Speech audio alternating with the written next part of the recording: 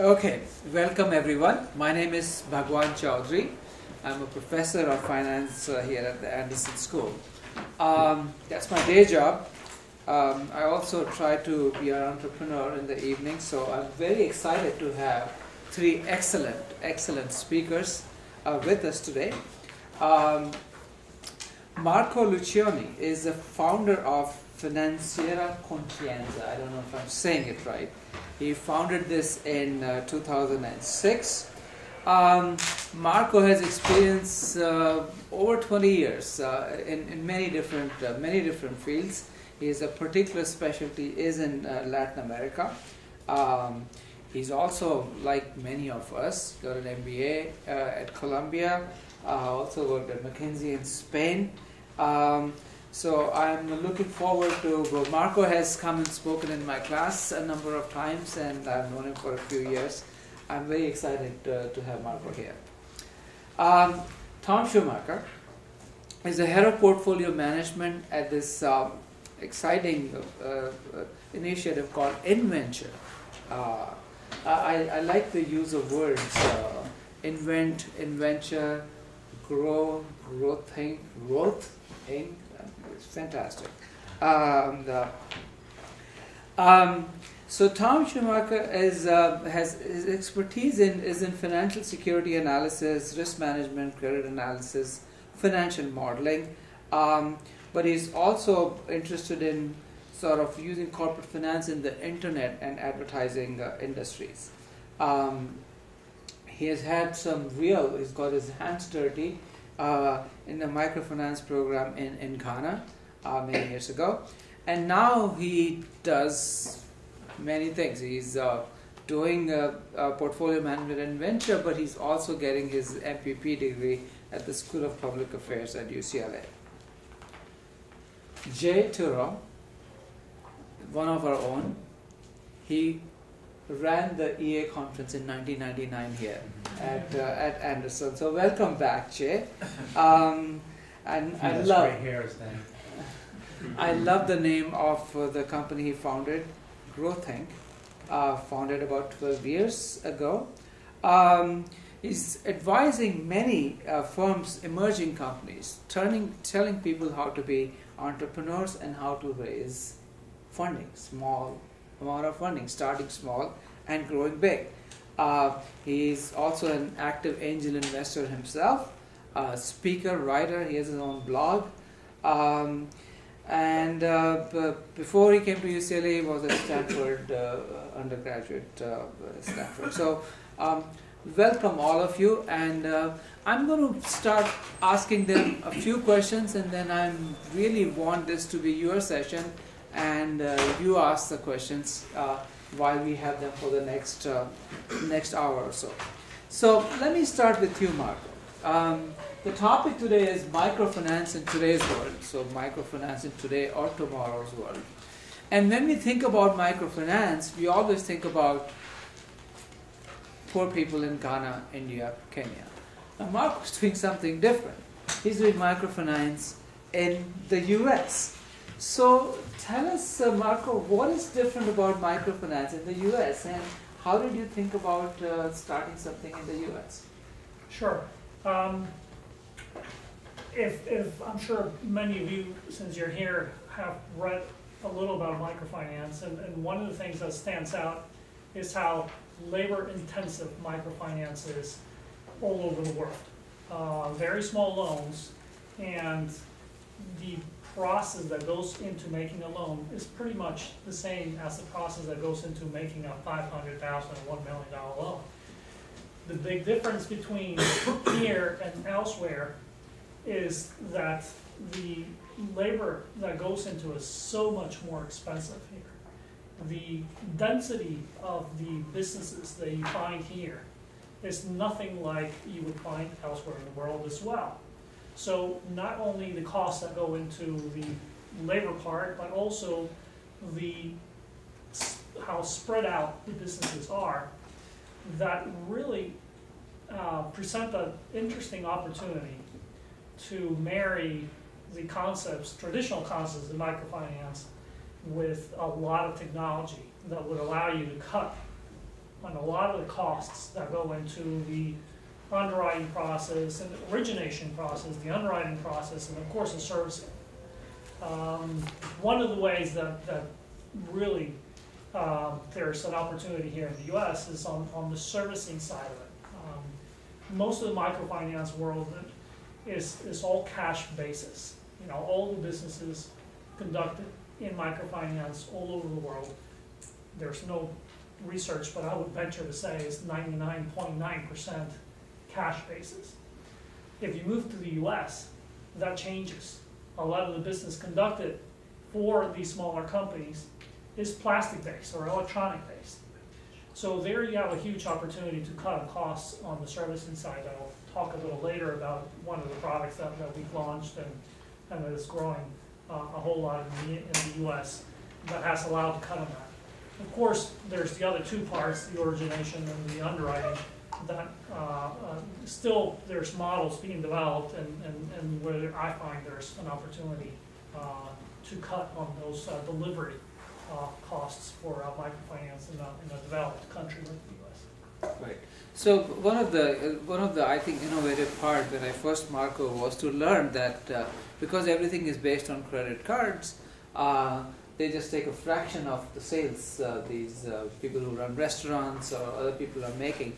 So the marriage of technology and sort of this new innovation is something that you have pioneered, and we hope to learn more about this as we go along.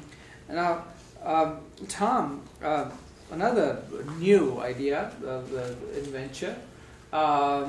Again, a marriage of technology and innovation. So tell us about what is the new idea in invention, and how have you brought technology in this new idea? Right. Well, I think we're all, especially being here, we all are comfortable with the story of, the micro entrepreneur in an emerging country taking out a $100, $200, $300 loan to start a business or an income generating activity. But I don't think you really hear a lot about what happens afterwards. And I think what we're trying to do at Inventure is fill in that gap and fill in the rest of that story.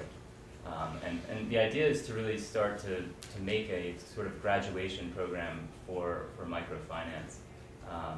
And we're attempting to do that through giving these entrepreneurs access to flexible expansion capital, where they can turn a sole proprietorship into a larger business, potentially hiring other people in their communities and having a greater impact in that sense.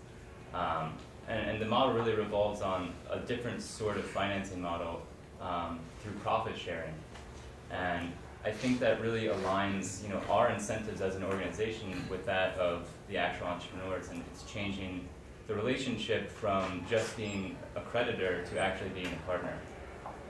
And on top of that, one of the ways that we're actually trying to get financing to these entrepreneurs is through a social networking, crowdsourcing platform that actually individuals can be part of that impact. So what is interesting, I thought, with both Inventure and Confinanza model is that you sort of hear of a typical micro lending is debt-based. I give you this thing, you return me back X%.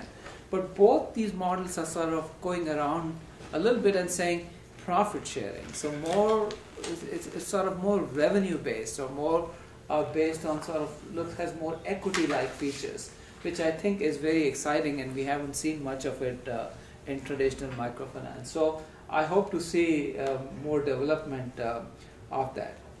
Now, these two are entrepreneurs, and Jay is going to help them tell us how they can actually raise money. So many of you are going to have ideas like what Marco had and what Inventure people had. But if you want to start a business and you want to raise a small amount of money, $10,000, $20,000, $50,000, what can we do? Well, I think that this idea of crowdfunding, which is a form of microfinance but has more of the startup connotation than microfinance, which is more of has that philanthropic, charitable connotation, is is really it's the way the world runs now. It's via formal sites like Kickstarter, ProFounder, but also it's utilizing the tools of social networking, of Facebook, of LinkedIn to raise money creatively and raise money in a 21st century way. The traditional way to raise money is very analog, it's very family and friends, it's going to a rich relative and getting one investor to put in an initial, whatever it is, $25,000, $50,000, $100,000 to start a company.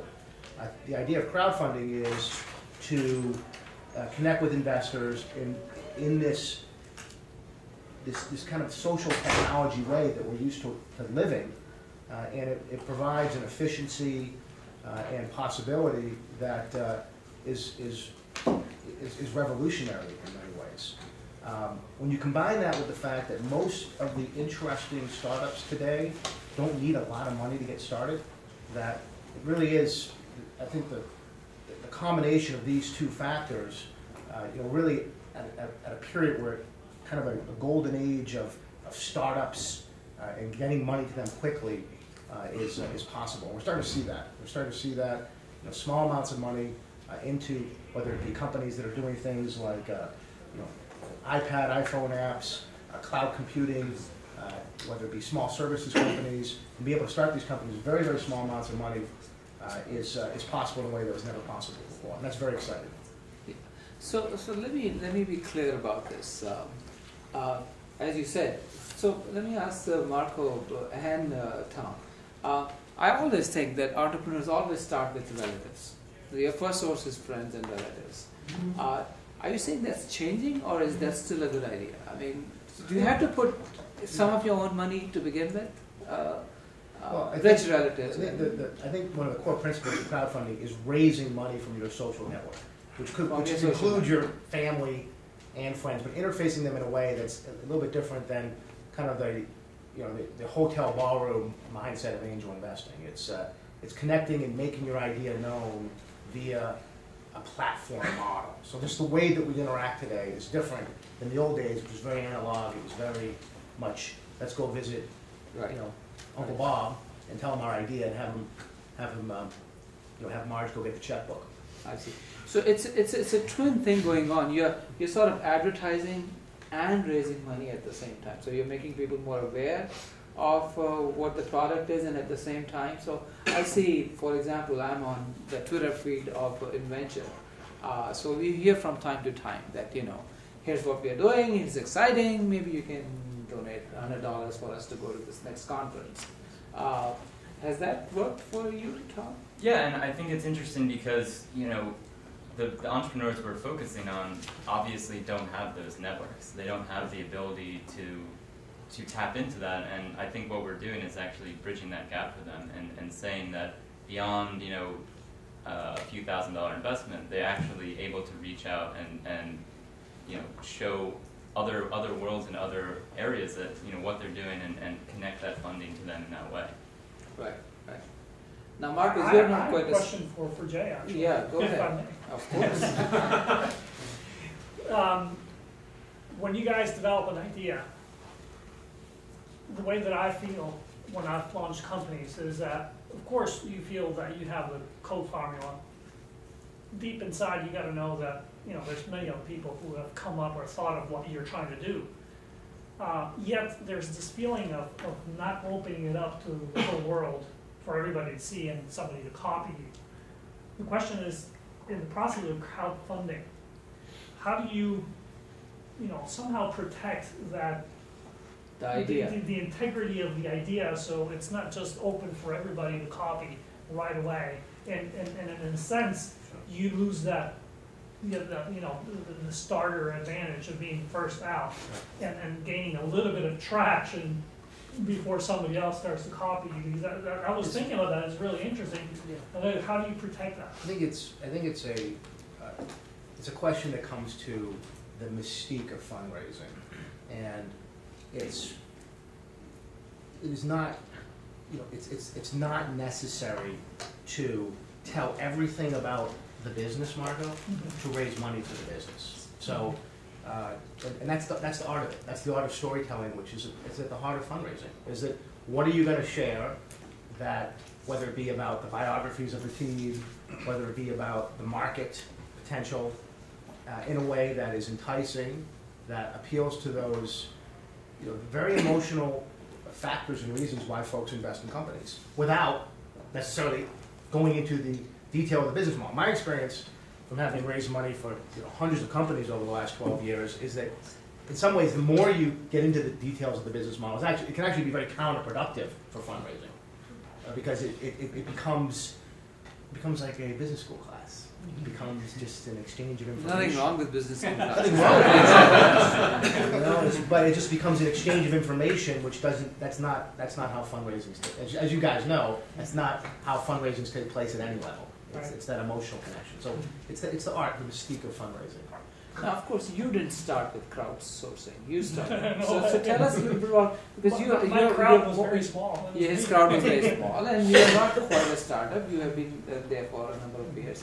So tell us how you started. I mean, when you thought about this idea, who did you go to?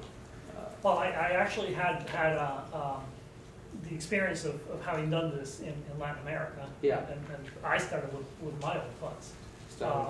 Then the next step was, how much? family. How much? Tell us. How much money did you? Well, I started initially with 150 of my own money, then got to a next level of 1.5 million of people around my family, and then moved up to the next level of 2.5 million from true first round Series A typical financing. Well, that's a big commitment, right? It's a big commitment because you don't make any money in the beginning for how many years? You don't. You actually have to, like I'm sure many of you were listening to the page, you have to be passionate. You got to combine, it's the art of combining your passion with your brain. That you've got to have some good probabilities of making money. With what because you're putting in a lot of your capital into an idea like that.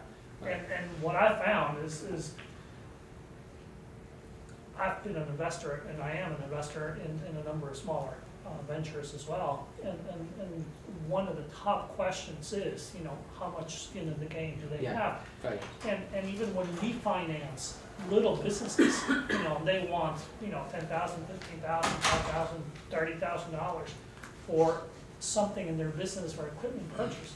We also want to see, what is your down payment in a house and a car? It's really the skin of the game that we're looking for when we're financing a smaller deal. But when you're looking at entrepreneurs, that is got to be one of the top 3 questions that you ask. How committed are you? Yeah. And it's not just, how passionate you are with the idea. How much of the available resources of you or your immediate family do you have put into that?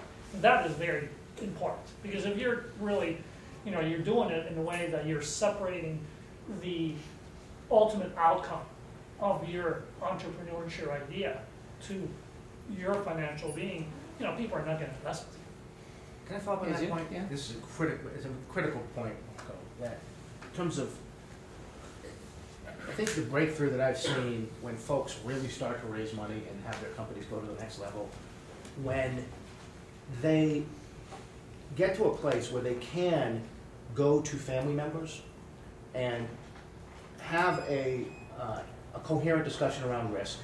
So this is an early stage venture. There's risk of money being lost, which is that's an elephant in the room for any startup. Money gets lost. Most startups don't make it. Okay, so getting to a place where there's a coherent discussion around risk and that the money can be lost, but at the same time recognizing that it's a value for value exchange. So on the one hand, we use Aunt Marge. So Aunt Marge got the checkbook, and Aunt Marge and Uncle Bob are doing a favor by writing the check. But at the same time, the entrepreneur is putting their life, their sacred honor, their energy, their time, their opportunity cost, and that it's an exchange of equal value. And when there's a real sense of that, when the entrepreneur gets that, and it's not that solicitous, I'm asking you for money, but I'm gonna demonstrate value, I'm gonna have a coherent discussion of risk, then I found that that's a key moment when dollars start coming in at an easier and at another level. It's a key distinction, and it's part of that. I think in addition to the entrepreneurial process, which is a great way to get rich in the world. It's a tremendous personal growth process to go through in terms of doing a fundraiser, what you have to do to get to a place of real comfort that you're doing your value for value exchange. It's a very important point, and I think as anyone here is thinking about starting a company, there's going to be a point where you have to ask people close to you for money, and that can be an uncomfortable conversation. Getting comfortable with that is critical. Yeah. So I'm going to have one more question, and then I'll open it up to the audience. Which is, now the crowdsourcing seems a different model. You're appealing to a bigger crowd, going away from family, and you're asking them for small amounts of money. What are you promising them in return? What do they want? I know if you go to a venture capital, I know what they want. They want everything from you, and equity or convertible stuff. But when you're asking for small amounts of money from the crowd, what is the crowd asking you in return? Okay, first, are there any securities attorneys here in the audience? that camera being sent to, that copy is being sent to the SEC? I want to make sure before we... Only if you become a billionaire, we'll send it to SEC. But, So, first of all, and I'll let Tom and Mark comment. First of all, the crowd, for the vast majority of crowdfunding, is still done from folks that are in your network. So it is a way to connect, just like your Facebook friends, it is a way to connect to family and friends. So it may not be your closest relatives, that next round of circle. Now, traditionally, most crowdfunding sites have been donation-based, and there's been regulatory reasons for that, because when you start asking for money via an internet-based platform, that's considered to be a public offering, and that can be in violation of SEC rules. Now, we're all keeping our fingers crossed. Right now, there's a petition in front of the SEC to exempt all crowdfunding type offerings of less than $100,000, which would be huge, because the filing fees for a Regulation D offering, if you do it correctly and do it in all the states that may be potentially raising money, it could cost more than $100,000. So it would be great if this exemption comes in. But traditionally it's been donation-based, and there is a move to do some things. I think Tom was commenting on this, to move away from different forms of investment. So whether it be the donation, the cause basis, whether it be a revenue certificate where there's a share of revenues, whether it be a traditional equity stake, whether it be a loan, there's a lot of flexibility that is everything under the sun. I will say that for these smaller amounts of money, usually it's not the financial reward, it is some kind of emotional connection. Like you'll see a lot of these people raise money on crap. A guy who has started a new mustard company, you give $1,000, he'll make a label with you as a flavor of mustard. Right. And you tried, Adventure tried something very small for this thing. Tell us about... So, I mean, from the crowd in our organization, there also is that regulatory barrier, but, really what you're getting back as a small, crowdsourcing investor is impact, and the ability to see, a small amount of capital actually do something good for a business owner, in a faraway land. This is their livelihood, and you're actually giving them the potential to grow it and to grow their communities, and that's really what Inventure is all about, is making that link. Okay. So, but let me open up. I think he answered, or you asked the question I was thinking of. Which was? Well, how do you share with your donations, or now it becomes donations? Okay, so let me open it up, and I have many questions as always, but... Hi, my name is Amish Chand. I'm first year at Anderson. This question is for Tom. I'm just curious to hear a bit more about how the revenue sharing model works practically at the entity level. I mean, is there a standard product in terms of the revenue share split? Is this perpetual, or is there an end date to it?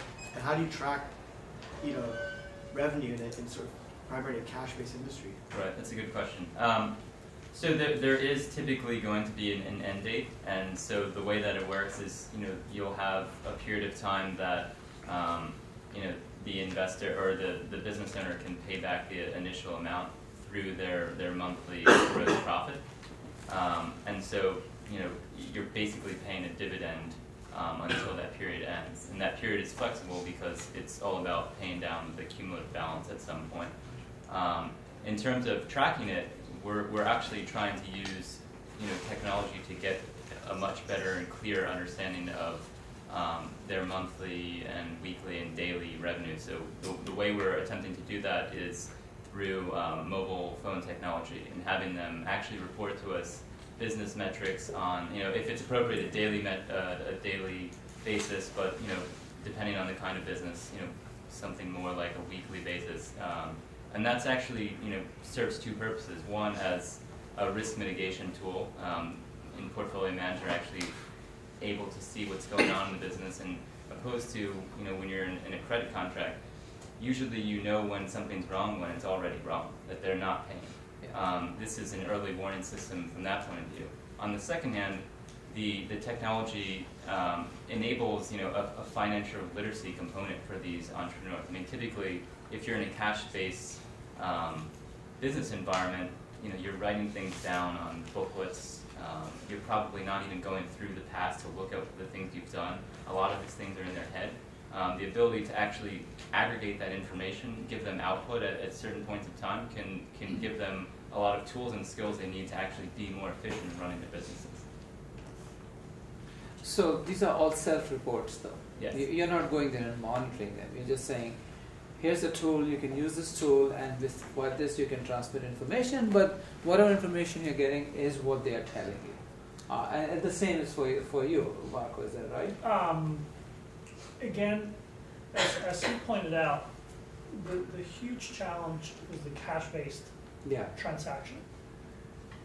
If what I think will happen eventually, as you are fully aware, on a couple countries in Africa that are so far advanced with money being transferred via cell phones, and a number of transactions being conducted via cell phones, and stripping away the cash component of the transaction, then the reporting is automatic and there's no more self-reporting. In fact, the product that you were alluding to that we have and that is growing tremendously in the US is a product where, in a sense, you are taking a dividend because it's basically you set up a contract of a loan with a fixed amount to pay. So in a sense, you would also say it has a fixed deadline.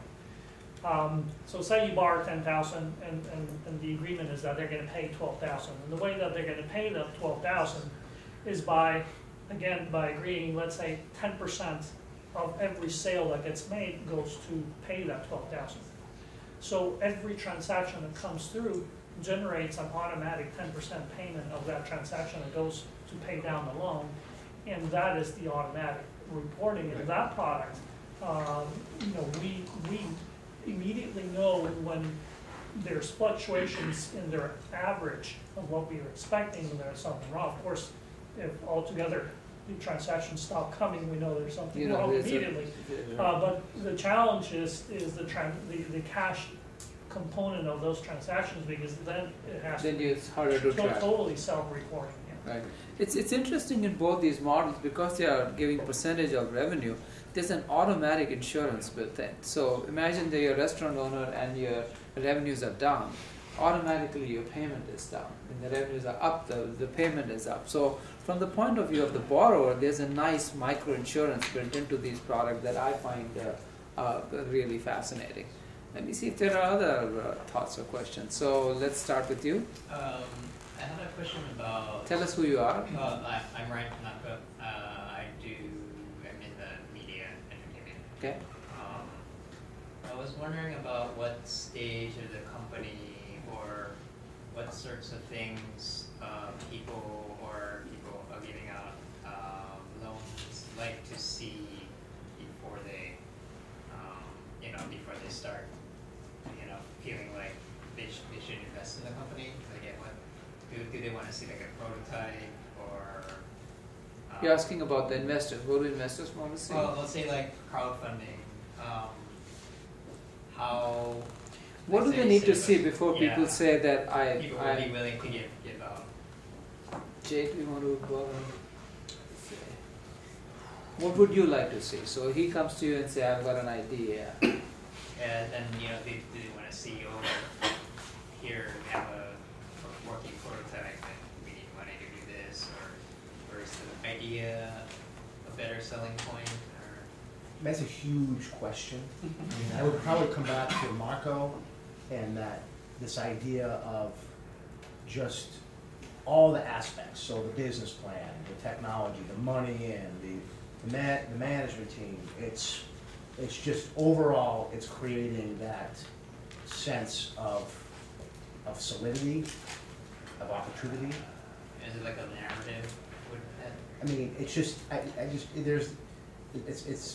it's a huge question in terms of why do deals get funded, why do some deals get funded, why those don't. And I think an overriding theme is kind of summing it up in solidity and then opportunity. It would be, but the details of that is what takes the thousands of hours of preparation of the business plan, the development of the technology, the equipment of the team, the board of advisors, the identification of the market opportunity. It's just, just that you're extraordinarily serious that you're going to be successful, and everything that you've done demonstrates that. So I got to ask this question. Tell us really, seriously, honestly, does anybody read business plans? I mean, we spend hours and hours preparing it, but if it comes to you, would you read it? Well, I General don't know. Eisenhower. Excuse me, what did General Eisenhower say? What was his famous quote? I don't know. That's good. That's good. General Eisenhower said that he's always found in preparation for battle that the plans were useless. So the night before battle, the plans were useless, but the planning was essential. Okay. So the planning process demonstrates something. In other words, he wants you to write a good business plan, but he's not going to read it. That the plan represents that was there a planning process. The end document itself is that it's secondary to where we got there. The document represents something. We get somewhere. It's a key distinction. It's a subtle distinction, but it's a key distinction. No, I understand. Yeah. Let me go to you had a question? I want to add something Yeah, to that please go because ahead. there's many types of businesses that you can launch. The closer you get in the spectrum to a technology-based business, the internet world has changed things so much that raising money for that really goes into not putting anything on paper, but actually having already gone out to your beta and feeding all of that trial and error constantly and immediately. Something that you couldn't have done in the past. Now, if you're going to start new mustard, that it does. I mean, it really changes significantly on what is it that you're trying to launch out there. If it's something off, that is going to play off the internet, it's very different than if you're going to, be putting out there a new concept that involves, bricks and mortar machines, or you're going to have a little bit different way of putting your idea out there. I see lots of hands, so let me go back there. Hi, I'm James, first year MBA student, and I want to ask a follow-up question on what Marco just said. If you go into beta, but you really need money to market it, to make it successful, it's kind of a catch-22 situation. The investors want to see it out there already, but you kind of need money to market it to actually make it successful. So then it's kind of like, it seems hard to raise money. It's hard to just depend on the product to go viral. That's like a risky assumption. And you want money to market it, but then the investors, they kind of want to see it successful already. And if you want to Hand off to you. take that, I mean, Well, okay, I can make another philosophical point here. I love philosophical points. So, okay, let's just kind of frame what money. So we're talking about this is this huge boulder in front of entrepreneurs. Money, no money. Definition of entrepreneurship: operating in a resource-constrained environment. You see the majority of entrepreneurs on all sides, just money is just dominating their view. They don't have any money. They can't invest in marketing. They can't invest in programmers. They can't invest in staff. They can't have an office. Okay. So I think first step back, recognize that money is the ultimate commodity. I mean, it's just getting to the place that there's never been more money in this world than there is right now. There's never been so much money because of the rise of the rest, and that money used to be just concentrated largely in this country, in Western Europe and Japan. Now there's enormous pools of money all around the world. So money is a commodity, money is abundant, and that money is worthless unless it has somewhere to go. And one of the best places for money to go, and this has been demonstrated again and again, is into early stage private equity. That's one of the best places you can get return. Now, it's a very lumpy return, but it's by far the best performing asset class. So money is looking for ideas. So again, just getting to a mindset shift and say that money isn't scarce, money is abundant, and that it's my job as an entrepreneur to be creative in accessing it and exciting it. That's kind of, I always like to start with that because I find that there's all these self-limiting beliefs. It's not the money that's scarce, it's good ideas that are scarce. Ideas are not scarce. Everybody has an idea, but you had a question. Let me move on because I think I'm seeing a lot of hands and my body's turned. So I'll take this one question and I'll come to this side of the thing. Did you have a question? Yeah, I did. Yeah, you did. Okay. Okay. Yeah. So I was interested in hearing types of projects that you invested in abroad. You know, generally I've heard anecdotes about like fish farms and then technology type of things. Can you share more about that? So Like what type of projects are pretty representative of the things you invest in abroad? projects abroad. What kind of projects outside of the United States? Do you want to take this, Tom? Because Sure. your projects Right. are. I mean, typically these are people, as I was mentioning before, that this is sort of like the graduation program from Microfinance. So they're still very small, and typically they're companies or activities that were done by one person that have the potential to be more than that. For example, one of the recent investments we had was in Mexico, outside of Mexico City, in a health services clinic, and the entrepreneur had been running a clinic for diagnostic blood testing, things like that, for a while. She used to send her patients that needed ultrasounds to a clinic, an hour away. But really, all she needed was to have an ultrasound in her clinic, and so we actually funded her to buy an ultrasound machine for about $5,000, and now she can capture that lost demand that was going somewhere else because she didn't have it, and she didn't have any resources to actually finance that type of investment. So those are the types of investments we're looking for, is either expanding on an actual activity that they're currently doing, or something that can considerably lower costs for being able to buy in bulk, for example, is a big thing. There's only, when you're in these type of situations, you can't fractionalize down completely. There's some products and things that you can't split into less than one. And you really lose out on a lot of opportunities for return when you're buying things in one-off times. Yeah. Let me turn to this side of it. Yes. Yes. Thank you. I'm a professor from China. I have studied entrepreneurship for several years, and I started my own business with several friends maybe 2 years ago. And I have a question for the professor or for Tom. And in today's China, there is a kind of fundraising method. They call it VAM, Value Adjustment Mechanism.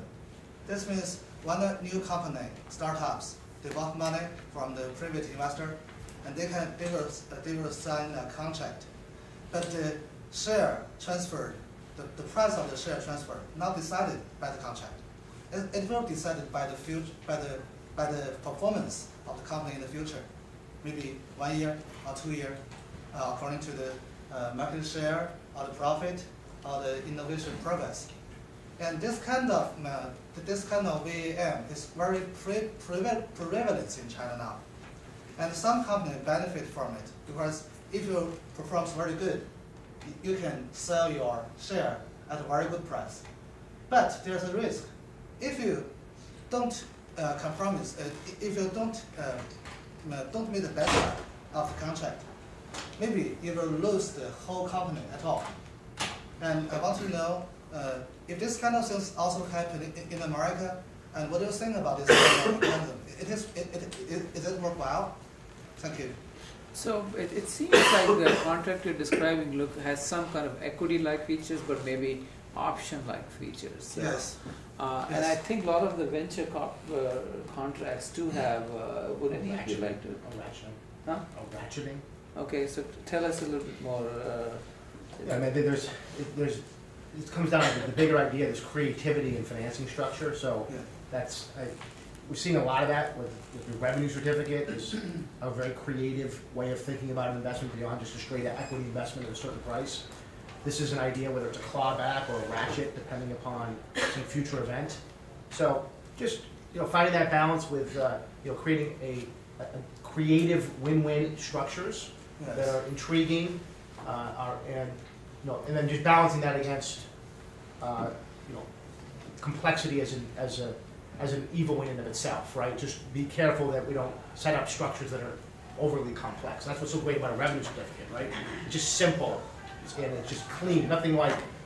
Usually, it's probably the cleanest thing to look at on a profit and loss or a balance sheet, just how much money is coming in. That's why it's so popular in crowdfunding and microfinance with these kind of revenue shares.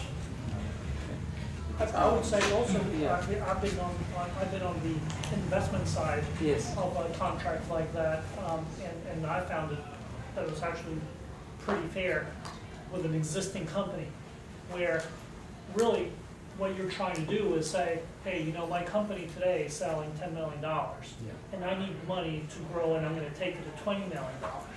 Okay, a fair way of setting it up is precisely the way that because if the company does get in the neighborhood to $20 million in revenue, great, everything works. But what happens if the company stays at 10? That means that the investor loses. Yeah.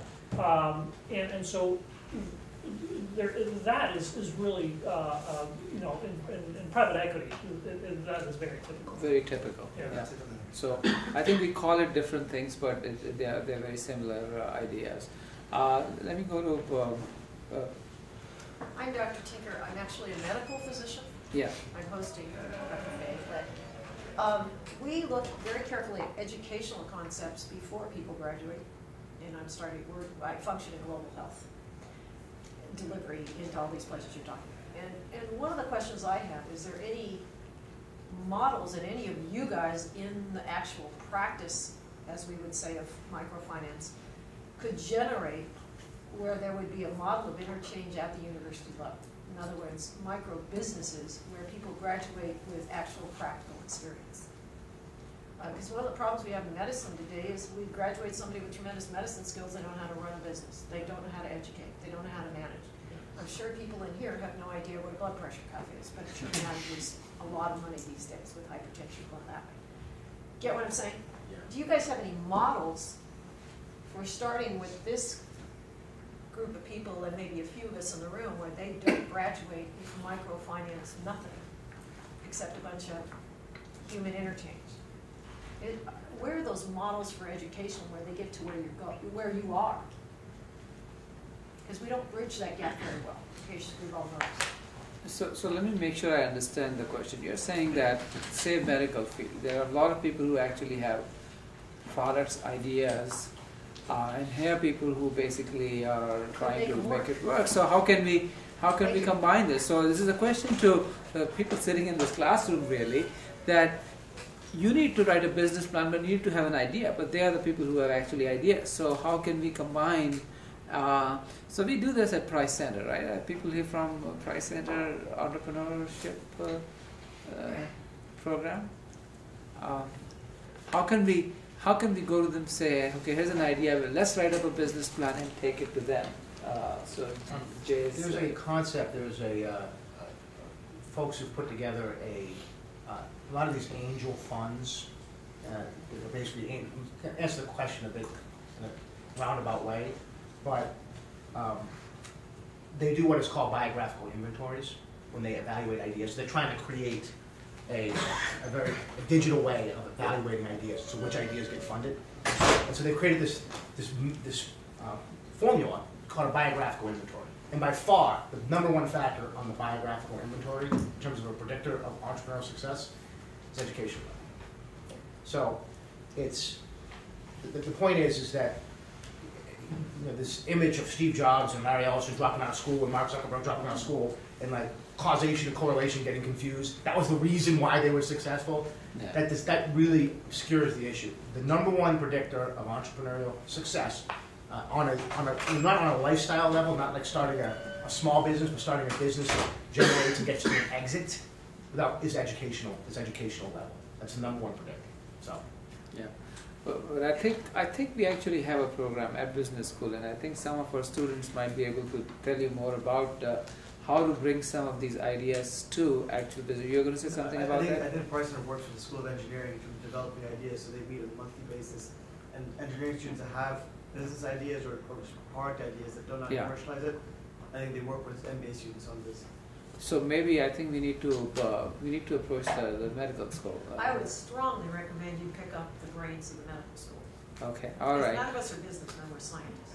Right. Okay. So a good suggestion there. Let me move to the gentleman over there. My name's Andy, first year student. So, as I understand, there's two major criticisms of microfinance. One of them is, they don't have any assets. These people that you're lending to don't have any assets, so you compensate for the high interest rates. And then number two, how can you quantify how much impact your loan is making on somebody in a third world country? There's no seems like hard evidence to support that it's actually helping them rather than hurting them. How would you respond? Okay, so the two questions. The first question is the interest rates are high, but let me say the interest rates are not necessarily high because there's no collateral. It's just, as Marco said, it's a very high touch business. It's a small loan, high touch. You have to keep track of things, and that's what it's the costs of running this business are very high. But I think the second question is that people are beginning to ask this question: is there any impact of microcredit? And we haven't documented. We have little documentation here, but maybe do any of you want to, Marco, do you want to say something about?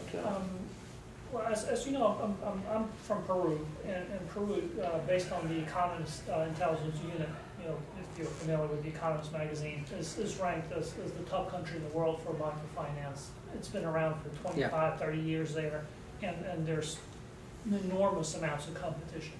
Peru is 25 million people, and I would tell you that none of you would guess the amounts of money that are today invested in microfinance in Peru. Is $4 billion in the microfinance industry in Peru. That is about 1.5 million micro businesses in Peru. 25 years, you did not have that. Peru's unemployment rate today is 5 to 6%. There's just no way that would have been the case without microfinance. I think a lot of times it's difficult to see when one is putting the pressure to demonstrate the impact of microfinance on an individual level and in a short period of time. The people that, for instance, we're partnered up with a non-for-profit who gives us money for one of the loan programs that we have, and they're very keen on measuring impact.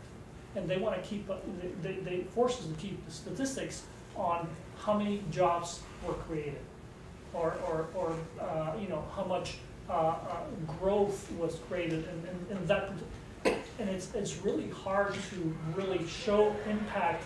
A lot of times, I feel is very artificial if you look at it on an individual basis and in a very short period of time. But there's already countries in the world.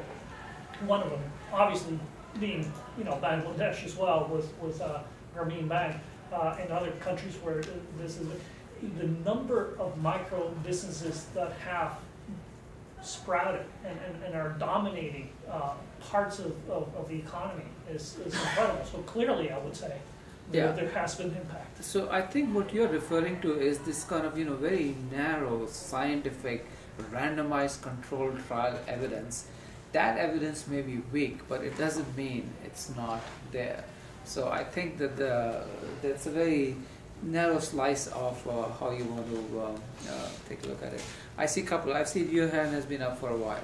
Hi, my name's Stanley. I'm a struggling entrepreneur. Eating a lot of. Are there any other kinds? So I have a really relevant question to where I'm at. Is you guys talked about storytelling earlier as like a critical piece to kind of getting funded. So do you guys have any tips where you could elaborate on that a little bit, if there's any way to best tell the story so it's most compelling and you guys, respond to it the best way? And are there any resources to help coach that? I'm gonna make a book recommendation. The one he wrote, yeah, you're talking about the book. He has. I was going to recommend somebody else's book. Okay, I was going to recommend your book. Yeah, okay, go ahead. So write this down. Pitch Anything by Orrin Claff. Just came out about a month ago. Probably the best book I've read on on narrative when it comes to it. And Jay also has. You also have co-authored a book. You want to just tell us the title of that book so that we can go down it on? Well, myself and Dave Levinsky, who's the co-founder of Growthig, who I met in Section A here at Anderson. We wrote a book that was, Yes, You Too Can Be a Successful Entrepreneur, which is available on Amazon. Okay, excellent I can just put in something, I think what we try to do in highlighting our entrepreneurs, and I think there's a lesson there to be had, is, it's about what that business can do, and it's about a personal story. And I think if you remember that, and that's what people and investors, beyond the profit portion of that's what they really care about, because they want to know what is this investment going to do for someone, and how is this, personally relating to their life and what they're doing. And I think that can go beyond just, developing an entrepreneur in India, and it can be related to anywhere. Yeah. So I have something to say about it, but let me go here. Thank you. My name is Gaurav. I'm the first year at Anderson. My question is a bit different. What do you think about the future of microfinance? What are the big problems to solve for entrepreneurs in microfinance arena? Kiva obviously has had a big impact. What do you think is the next business idea for Kiva Electron? What is the next? What are the big next business idea? What are the big pain points? Shall we answer this in 30 seconds or a minute? How do you want to do this? I think I can jump on that one too. One of the things I think that we notice, and when we've spoken to entrepreneurs that have gone through these credit programs, and in general, this model of microcredit, is there's very little flexibility, and I think that's a big problem. Yeah. And when you're trying to expand a business beyond just a very simple income activity, taking a loan and then having to repay it in a week, or with principal and interest, or a month, that's not the way that business expansion really works. And so if you really want to affect bigger change and be able to take advantage of some of these economies of scale, that moving from a very small amount that you're selling to a much bigger amount, it's going to be really difficult if there's no flexibility. And I think that Inventure is trying to do that, and there's others in the marketplace as well that have recognized that we can expand beyond these sole proprietorships without some sort of flexibility. I want to add also, the concept of microfinance a lot of times is very alluring, because you hear, less than 0.1% of everything that is out there is being done, and everybody wants to make a loan or provide capital for the next entrepreneur that grows into, a small, good. When we forget about the rest, I was like, most of the microfinance is providing capital to people that otherwise wouldn't have had access to that capital at that cost. I mean, That's somebody in Peru that wants to buy a taxi cab because that helps provide for their family. Mm-hmm. He's not going to grow to 100 taxi cab company, Right. but that taxi, or people in India who want to buy a cow, and that cow is a cash generating asset, because the milk that it generates, maybe too, is great to provide for that family. Or in LA, if there's somebody who has a hot dog stand. Or in our case, we're Which is, financing, we finance, one of the big products that we finance that is a hot dog cart that costs about $25,000 and generates about, around $8,000 a month. That's right, We're not financing that thinking that that person is going to grow to, 50 hot dogs. Maybe there's one out of 100 that gets to do that, but the other 99 is awesome, because they got to have access to capital that otherwise would have, first, probably they wouldn't have had the chance to do that, so would have been unemployed or making less money. Right. Or they would have had to pay a lot more in order to do that. That's right, yeah. So we use the word entrepreneurship to describe many things, from Steve Jobs to somebody who's trying to make a living. I just want to follow on that point, Michael. Then there's a whole, in fact, the majority of folks that fail, that do not build success, and that's okay. That's just fine. And certainly for okay U.S. to entrepreneurs, that's the right mindset to have. That's right. Is that be prepared to fail. Yeah. Hi, my name's Eric Klein. I'm with a middle market investment bank here in California. Do corporate finance M&A for public and private companies. And one of the things that we notice, I look at hundreds of business plans a year, and a lot of these early stage companies I tend to pass on because of various reasons. Most of our investors invest in more mature companies, but even the mature companies and even the earlier stage companies, there's always an issue when it comes to valuation. And it's more of an art than a science, I mean, especially if they're pre-revenue. So do any of you gentlemen have any view on valuation issues? I mean, I'm raising money right now for a brewing company. Very good valuation, in our opinion. That's one of the reasons why we took on engagement. But any thoughts on valuation? Well, I would say valuation is a great acid test of the sophistication of the entrepreneur and and also their mindset of partnership. It's almost as you know, it's almost always a deal non-starter when entrepreneurs have wildly inflated expectations of valuation. They're obviously thinking about the business the wrong way. So I think a realistic valuation is one of the best acid tests of both sophistication and then also if the entrepreneur thinks in a partnership way. They're going to share when they're successful. Do you have any specific thoughts on how one would determine valuation? I know it's very subjective when they're pre-revenue. You know, they may have IP, they may not have any patents yet. You know, they want to raise $1 million and they're going to give. I think that for kind of a traditional equity raise, that somewhere between 20 and 40% is what the investor is looking for. So whatever that translates into from a standpoint of how much money they have at post money, that investor somewhere in that 20 to 40% range, probably 80% of all kind of first round equity financings fall. So the entrepreneur maintains control. So whatever that number is, if it's $1 million, that translates into 20 to 40% that range. And I would say, you know, as I forget the name of the gentleman from China, when I've been on the side of investing in companies, and I've come across an entrepreneur that was willing to set up within a range what the shares that we were going to own after a period of time based on, you know, benchmarks of revenue or cash flow. Those relationships in those cases work best because really that investment costs money.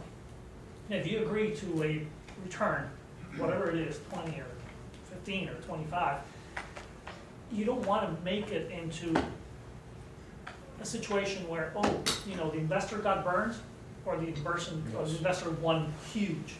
You want to make it as you know, fair as possible to that, and the only way to doing it sometimes is setting a range. But a lot of times entrepreneurs are not willing to do that. But it's when they are, then you know that you know that transaction is going to make sense for both. It's basically same alignment of interest, especially when you have that clawback and ratchet element to it. Really trues out that there is that same alignment of interest between the investor and the entrepreneur. It absolutely does, because you know anybody who has any entrepreneur needs to understand that the money invested has a cost of capital, and if you are willing to put it in a structure that allows for that, but then that starts playing issues with whether that range is going to infringe into their majority stake or that's the cost of the money being invested. Okay, I want to say to some of you that there will be networking time and they are probably going to stick around for a little bit longer. But let me take one last question and then we'll start to close. Yeah. My name is Kohei. I'm a UCLA undergraduate student majoring in political science and international development. And I have two questions.